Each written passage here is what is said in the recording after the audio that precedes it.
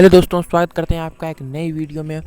और आज की वीडियो हम लोग जो पिछले वाली वीडियो है जो डिविजिबिलिटी रूल पे थी उसी को कंटिन्यू करेंगे।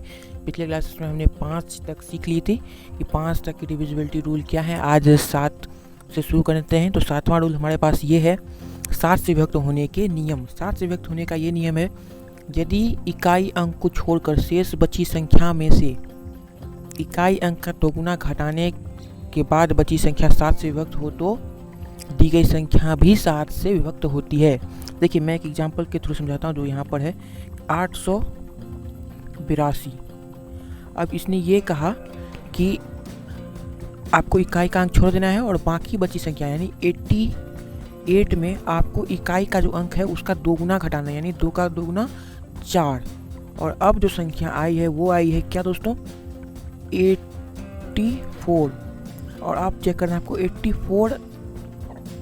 आपको चेक करना है 84 कटता है या नहीं 7 से। अगर 7 से 84 कटता है, जो कि कटता है, तो जो 882 है वो भी जो है 7 से विभक्त होगी, कटेगी। ठीक है दोस्तों, उम्मीद करते हैं आपको ये नियम समझ आई होगी। उसके बाद हम लोग नेक्स्ट रूल की ओर बढ़ते हैं।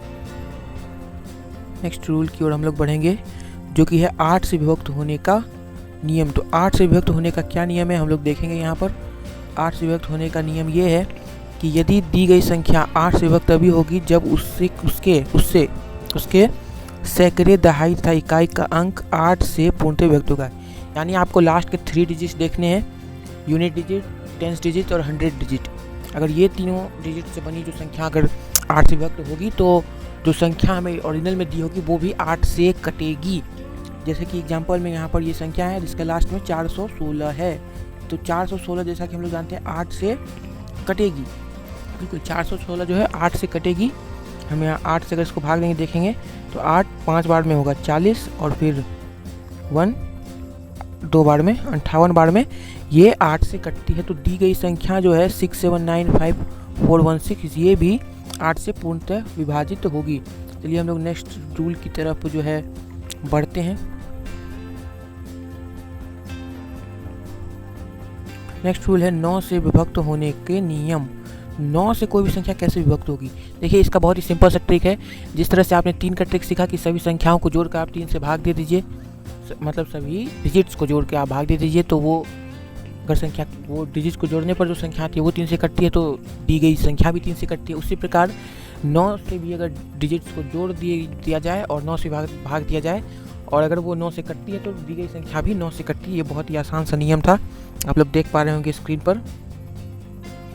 आपके स्क्रीन पर यहाँ पर PDF दिया हुआ है, आप लोग इसको पढ़ सकते हैं।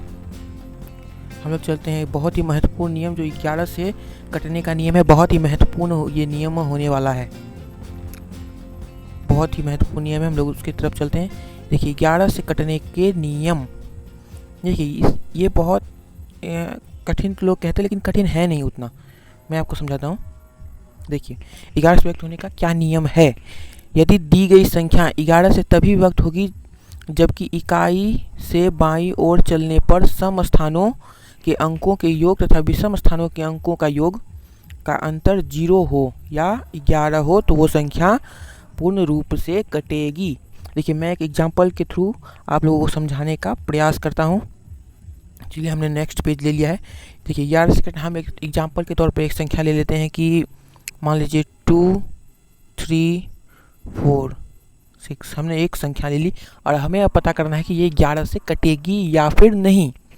ठीक है, तो बेसिकली रूल क्या है कि आपको लेफ्ट साइड यानी 2 3 ऐसे जो साइड चल रहा है उसमें से एक स्थानों को छोड़ के एक स्थानों की संख्या को जोड़ना है और फिर बेसिकली कि 2 और 4 को जोड़ना है और 3 और 6 को फिर जोड़ना है और दोनों को फिर घटाना है। जैसे कि 4 से 6 हो गए, 4 2 6 और उसमें घटाना है 6 3 9। ये आता है -3 जो ना कि 0 है और ना ही 11 से कटता है। तो ये संख्या जो है वो 3 से भाग नहीं होगी। ठीक है दोस्तों, ये संख्या 3 से विभाजित नहीं होगी। और हम लोग एक और एग्जाम्पल के थ्रू इसको समझने का जो है प्रयास करते हैं। मैं एक और पेज ले लेता हूँ। देखिए, हमने यहाँ एक संख्या ले ली 242 अब जो ये और ये है, क्योंकि चौथे के बाद तो यहाँ कुछ है नहीं, तो हम यहाँ पर 0 मानेंगे।